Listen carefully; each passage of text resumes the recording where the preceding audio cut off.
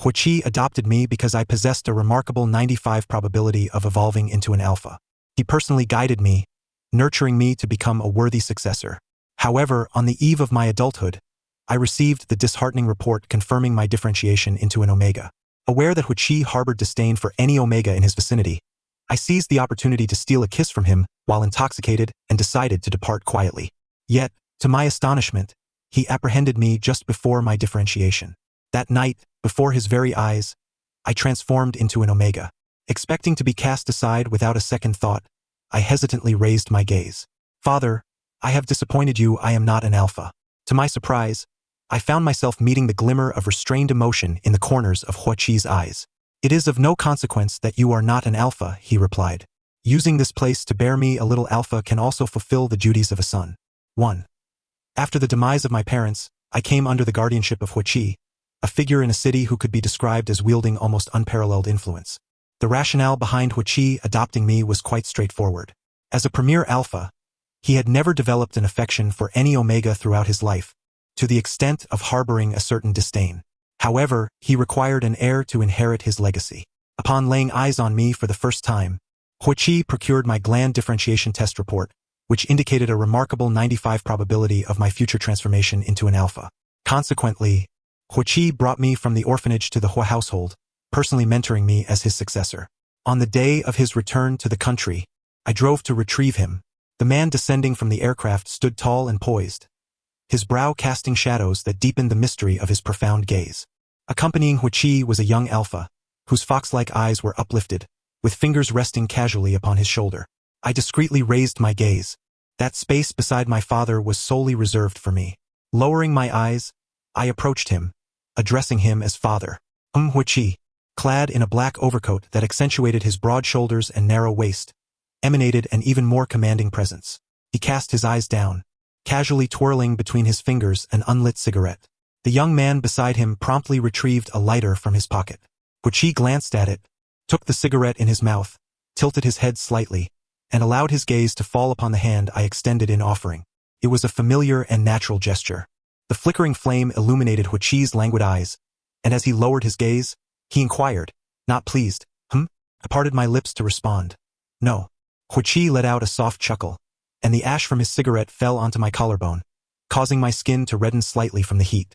The young man beside him glanced down at the empty lighter in his hand, raised an eyebrow, and with a gentle laugh, he inquired, Chairman Hua, who is this? Huichi straightened, wiping his hands, and replied, my family. So this is young Master Hua. No wonder he is so impressive under your guidance, Chairman Hua. The newly introduced alpha seemed naturally sociable. Have you differentiated yet? A charming little alpha? I maintained a stoic expression. Not yet. Oh, what a pity. If you had differentiated into an omega, the expression on your father's face would have been quite a sight. The alpha's hand casually rested on the nape of my neck, the gesture almost intimate, yet the unrestrained pheromones emanating from him provoked a sense of offense, causing me to frown involuntarily. However, he was, after all, someone brought by my father. Chinsu, Huichi finally spoke coldly. Try touching my person with your filthy fingers again, and whichever finger you use, I shall sever it. The name Chun Su caused me to raise my head instinctively upon hearing it. Over the years, he had been the alpha most at odds with Huichi. Not only had he caused considerable disruptions at the Hua docks, but he had also dared to publicly express his intent to undermine the Hua family's foundation, thoroughly offending Huichi. Yet now, he was able to banter freely in front of Huichi, indicating either a degree of genuine capability or a formidable backing that even Huichi regarded with caution. Indeed, as we sat in the car, Huichi crossed his legs in the back seat, exhaling a faint wisp of smoke that blurred the enigmatic expression on his face. Chun Su is not a good person. Avoid him in the future. I met his gaze in the rearview mirror. Yes, father. 2. Upon entering the company, my childhood friend Shin Yu launched himself at me. Hugu, did you pick up Uncle Hua? I embraced him with one arm to prevent him from falling. I took father back to the Hua residence. Shin Yu was the Omega Huichi selected for me. As a child, I often ran to Huichi's room to sleep, terrified of being alone. Despite Huichi's attempts to educate me to be self-sufficient, I clung to him and eventually he had Shin Yu accompany me for play. Being of the same age, Shin Yu and I quickly became inseparable, sharing almost everything. However, there came a day when Huichi, with a grim expression, yanked Shin Yu from my bed by his collar and tossed him out of the room. You are destined to be an alpha.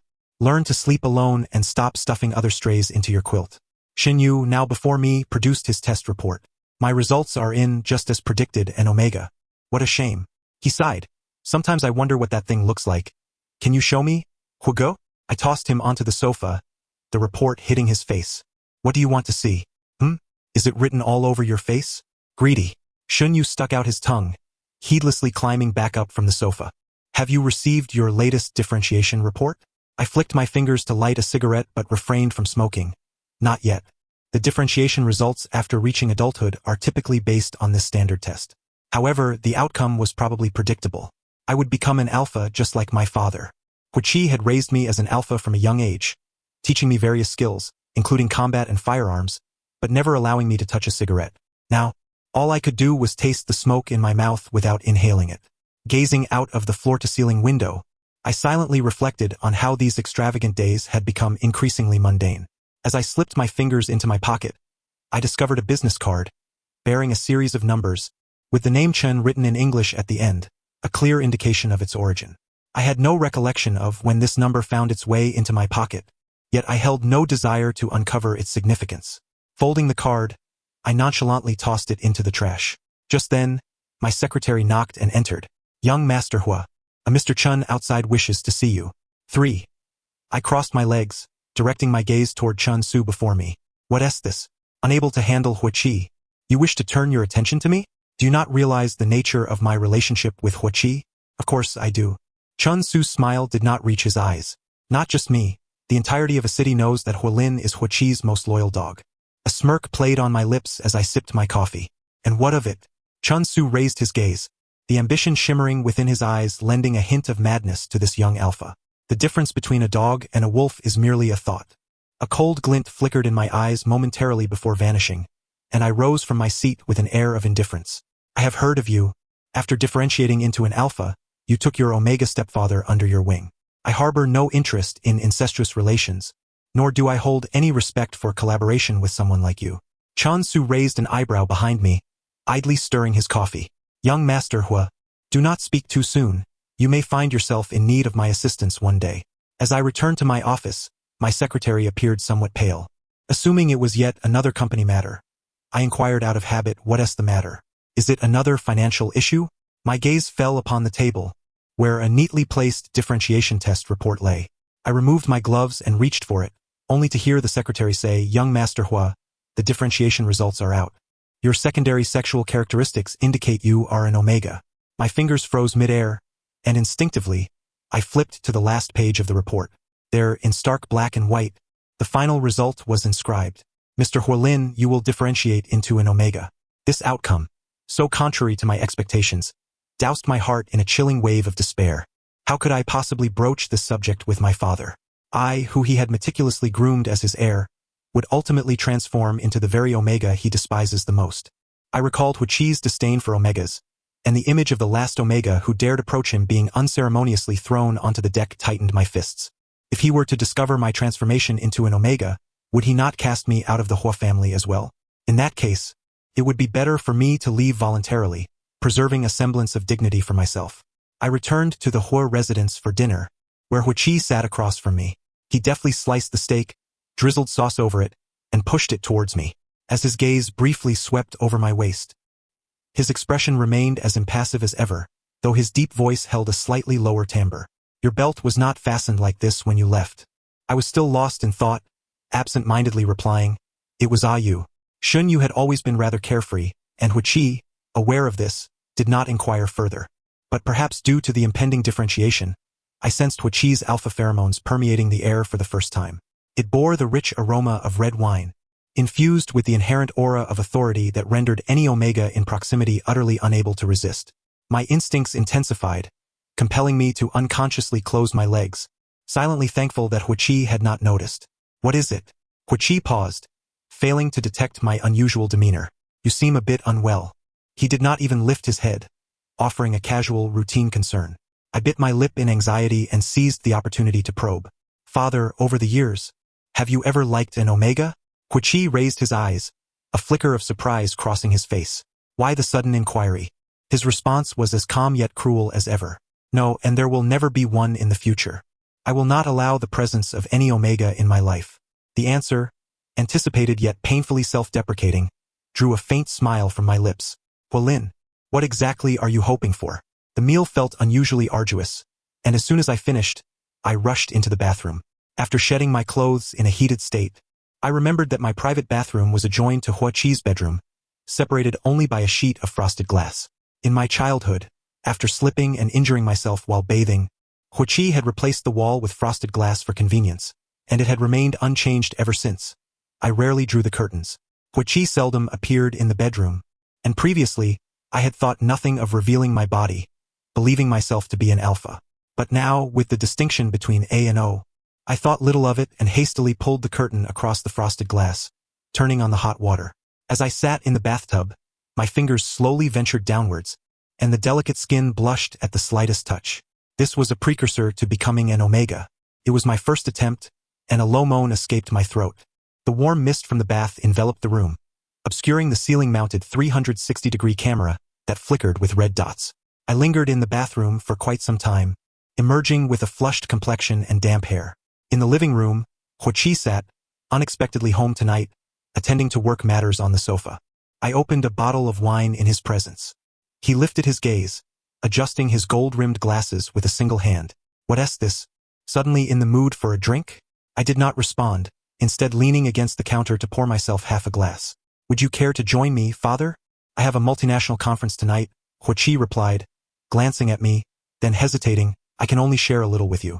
As the evening wore on, silence enveloped us, the wine flowing freely. My tolerance was not great. Soon my face was flushed, and the figures before me began to sway.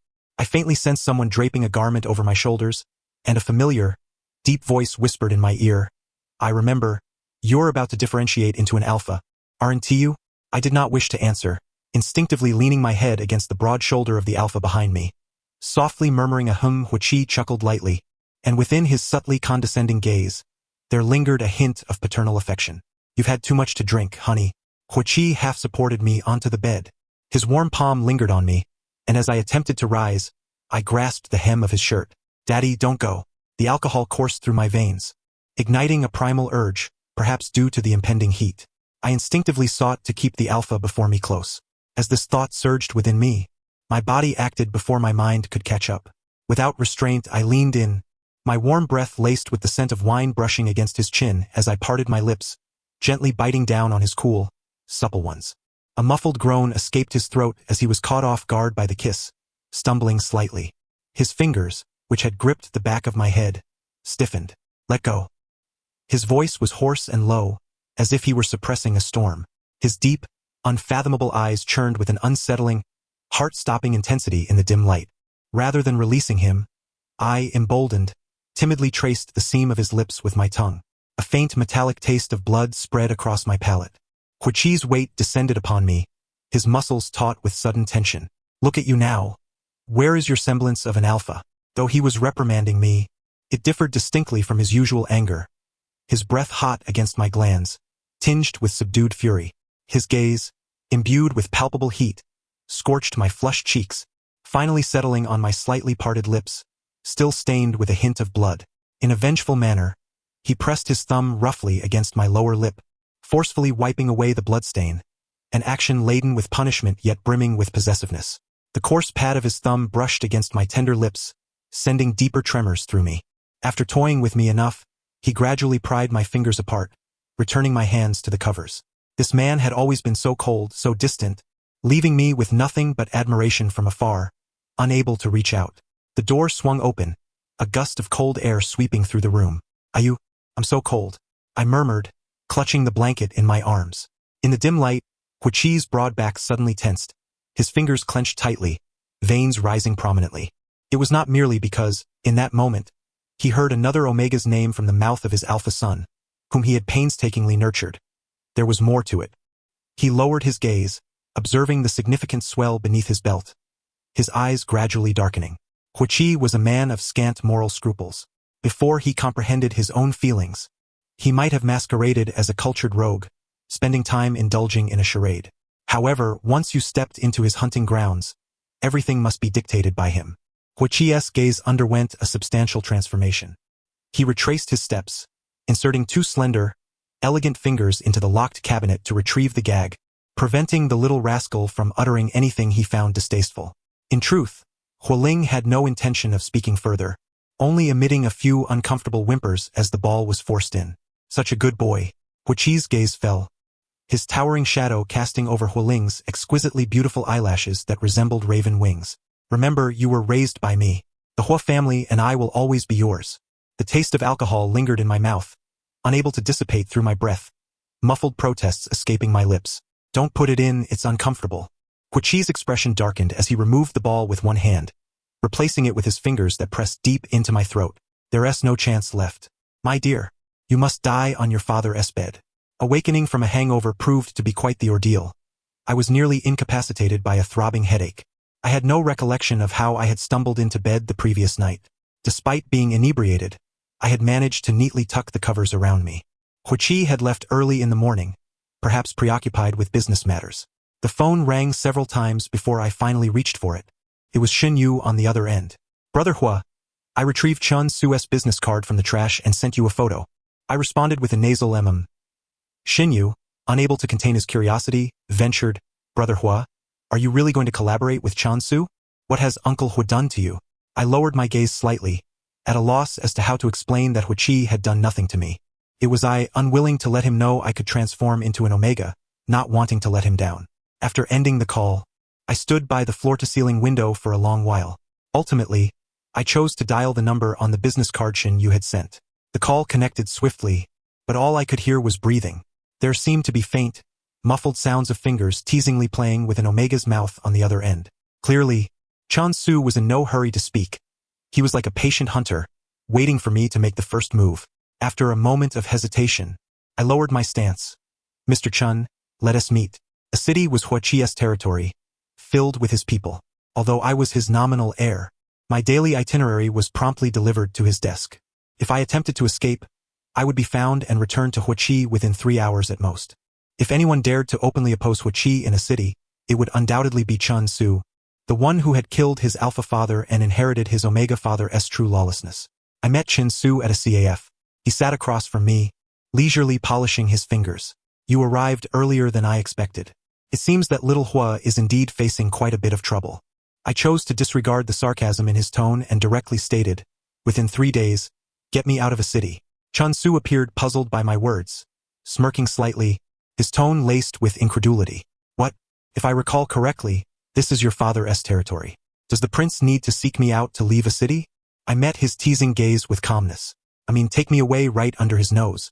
Chun Su's fingers, which had been gripping the coffee cup, paused momentarily. His previously serene expression seemed to crack just slightly. Little Hua, are you suggesting, he articulated slowly, the amusement in his smile fading. You want me to disappear with his only heir right in Huaqi's territory? Are you hoping for my early demise? I took a sip of my coffee. You can do it. Chun Su rested his chin on one hand. It's not that I can, it's that I will. To be honest, while I'm willing to meet with you, I'm not so idle as to court death. It's just a matter of whether little Hua dares to gamble for his life. At that, I raised my eyes. How do we gamble? A professional black handgun thudded onto the table.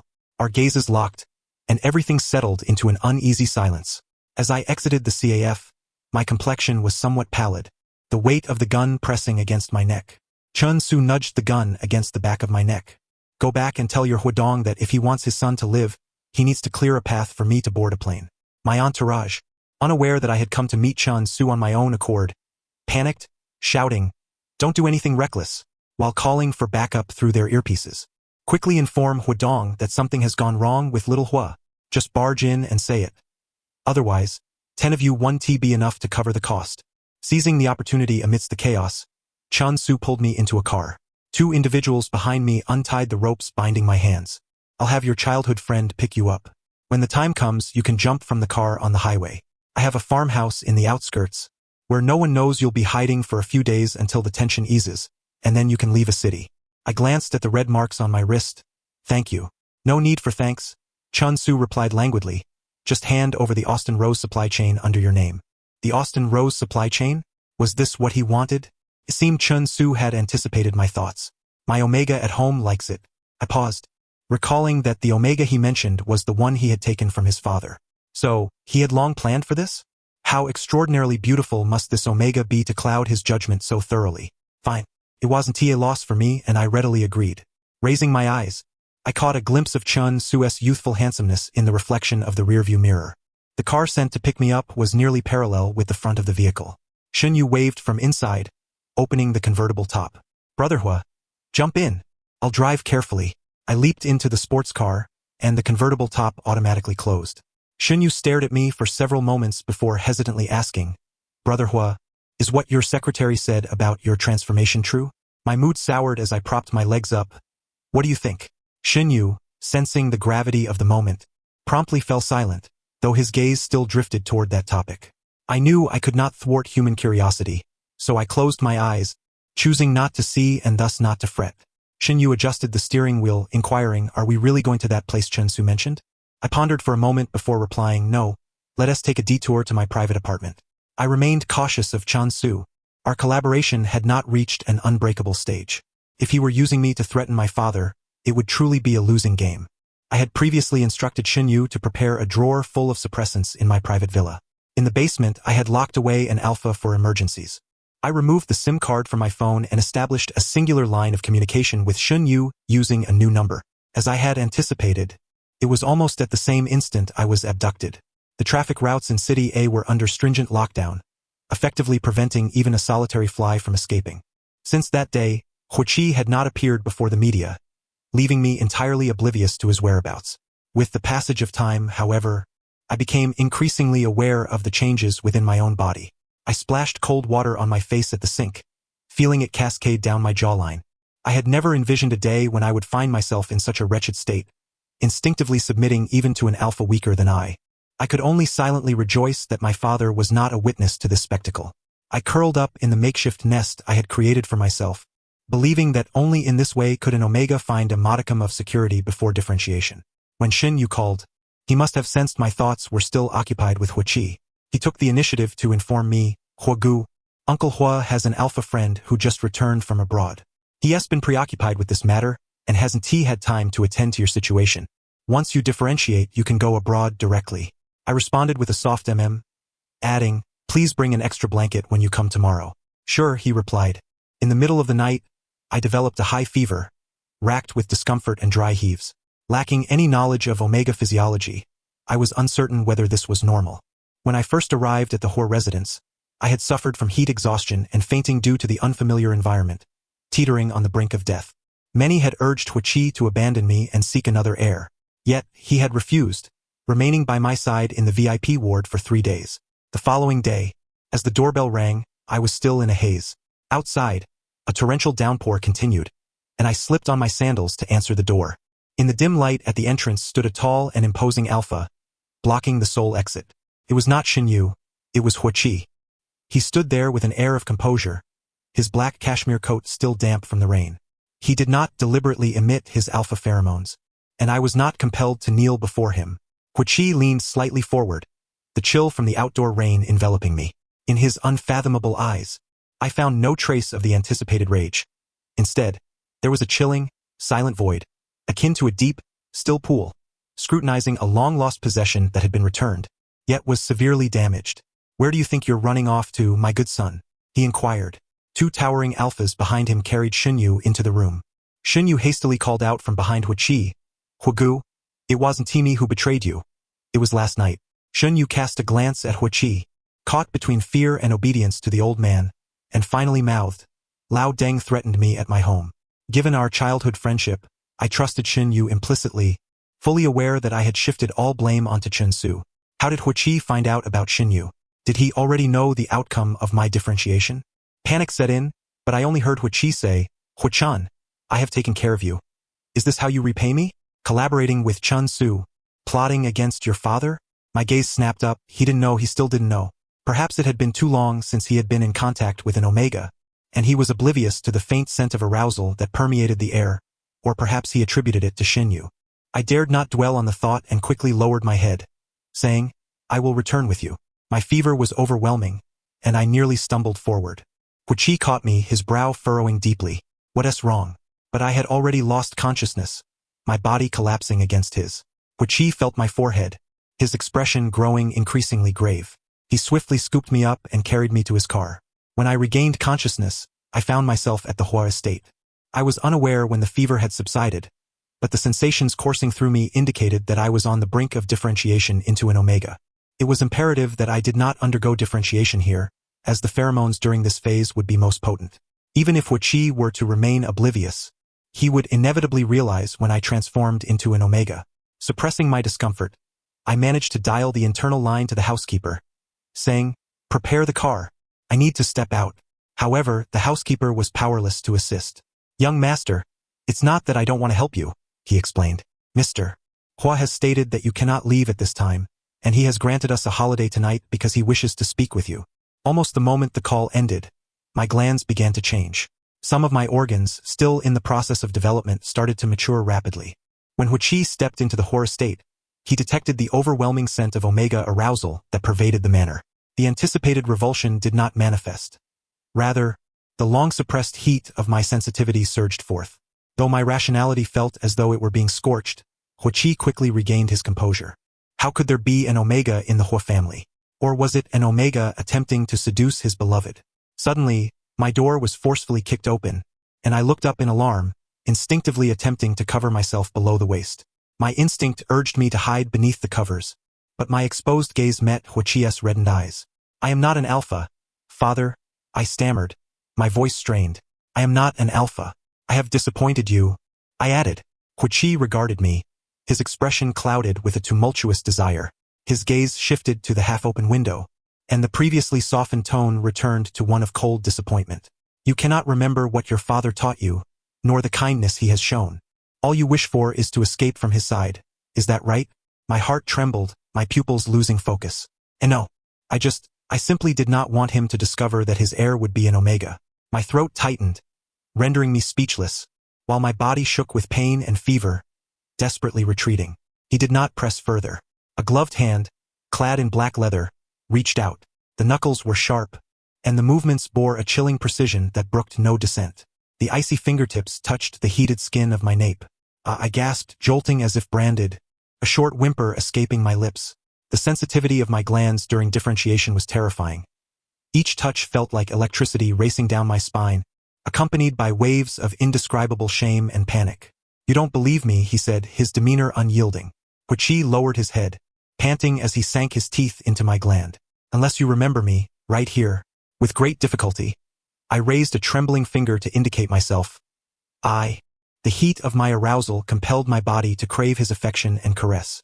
The freshly differentiated area turned red with his bite, and Huichi showed no mercy. Dazed, I struggled to maintain my focus, repeating my safe word over and over. "I'm sorry, I'm not an alpha." Huichi continuously pressed kisses to my forehead, damp with sweat, attempting to soothe my violent writhing due to spasms in my abdomen. "Being not an alpha is of no consequence," he reassured. "You can give birth to a little alpha for me. That too can be part of your duty as my child." This marked the second day of my self-imposed seclusion in my room, refusing to eat. It was the second day after the end of my heat. However, even with the door ajar, nothing changed. I remained at a loss on how to confront Huichi. Throughout my life, this man has been both a mentor and a father figure to me, occupying a significant portion of my existence. Despite having harbored inappropriate feelings in the past, they were swiftly extinguished by my admiration for him. My mind was a tumultuous mess, and no one had ever taught me how to navigate such complexities. My fingers incessantly pressed against my own glands, which were nearly ravaged by the alpha's bites. This must be his punishment, for I was not the alpha he desired. Thus, I was destined to remain a mere tool for him, trapped in his shadow. Eventually, he would find a new little alpha and cast me aside. Tears cascaded down my nose, yet before they could fall, they were caught and kissed away by another. How absurd! After days of indulgence, I was now subjected to this. Even after regaining my composure, I chose to maintain my distance from Huichi. I no longer referred to him as father, opting instead to keep my distance. Huichi was aware of my actions, yet felt powerless. During my heat, I had administered the suppressants on my own, developing a resistance to them. I curled up amidst Huichi's pile of clothes, my eyes reddened as I placed the empty suppressants in the cabinet. It was at this moment that my phone rang. It was Xinyu. "Hello, Hugu. Have you had a falling out with Uncle Hua? Are you really abandoning him?" I furrowed my brows. "What's going on?" Xinyu gasped, immediately responding, "What the hell? Didn't anyone tell you? Chun-Su has taken Uncle Hua hostage at the South Alley dock." I suddenly realized that the number of people Hua-Chi had stationed to guard me had significantly dwindled. Was there truly an emergency? I glanced outside. If I were to flee now, by the time he came to his senses, it would likely be too late for him to pursue me. But would he truly be all right? I shook my head vigorously, trying my best to banish thoughts of that man from my mind. How could anything happen to him? He was Hua-Chi, after all, the one who held dominion over a city. Yet what if Chun-Su truly was a desperate criminal? My fingers involuntarily clenched. Although I had yet to fully accept him, if he were to perish here, I would be consumed by lifelong regret. I hastily administered the last of my suppressants and took a car to the South Alley dock. Indeed, I found Hua's people entrenched in a standoff, with Chun-Su holding Hua-Chi hostage at the center. With no time for contemplation, I drew my gun and fired directly at Chun-Su's shoulder. By the time he noticed, it was too late for him to react, and he could only clumsily evade. Seizing the opportunity as he loosened his grip, I lunged towards Hua-Chi. The Alpha's broad arms enveloped me, pulling me into his embrace as he planted a kiss on my forehead. "Father is here. Don't be afraid, all right?" I softly chided. "Can you not treat your life so lightly?" "I understand," Hua-Chi said, ruffling my hair. "With you by my side, how could I ever bear to perish?" Meanwhile, Chun-Su, who had been swaying precariously, suddenly rose to his feet. "Have you two treated me like a dog long enough? Do you even respect me?" Hua-Chi calmly shielded my eyes. "Put down your gun and we can talk." "Put down your gun? Are you still playing pretend?" Chun-Su's voice grew increasingly furious. "And return my Omega. I followed your orders, and now you've lured your prized Omega to your side. I advise you to know when to back off." "What?" My mind was in disarray, completely unaware of what Chun-Su was insinuating. Being blindfolded left me utterly in the dark. The only solace came from the Alpha's comforting pheromones, which offered me a sliver of relief. I nuzzled against Hua-Chi's palm, only to be restrained by him. "Don't tempt me in public. My self-control isn't that strong." Hua-Chi removed his hand from my eyes, meeting Chun-Su's irate gaze with unwavering calm. "I have not imprisoned your Omega. I merely brought him to a location without any guards or locked doors. If you can still catch up to him now, then he remains yours. No need to chase. The tracker on him hasn't moved an inch." Under Hua-Chi's slightly shocked gaze, Chun-Su spat, his expression filled with contempt. "We're freaking pure love. Who the hell plays dirty like you?" After Chun-Su stormed off, Hua-Chi turned to me, his eyes reflecting my own reddened state. The heat surged within me once more. "You deceived me." "I did not deceive you. Chun-Su truly took me hostage." Hua-Chi's gaze softened as he averted his eyes. "You can collaborate with Chun-Su. Why can't I? You care for me so deeply that you cannot bear the thought of my demise."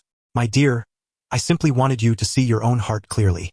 My eyes glistened with heat-induced moisture. "Is that true?" Hua-Chi nodded. "Indeed. Then why did I feel so deceived?" After a moment of reflection, I finally grasped the situation.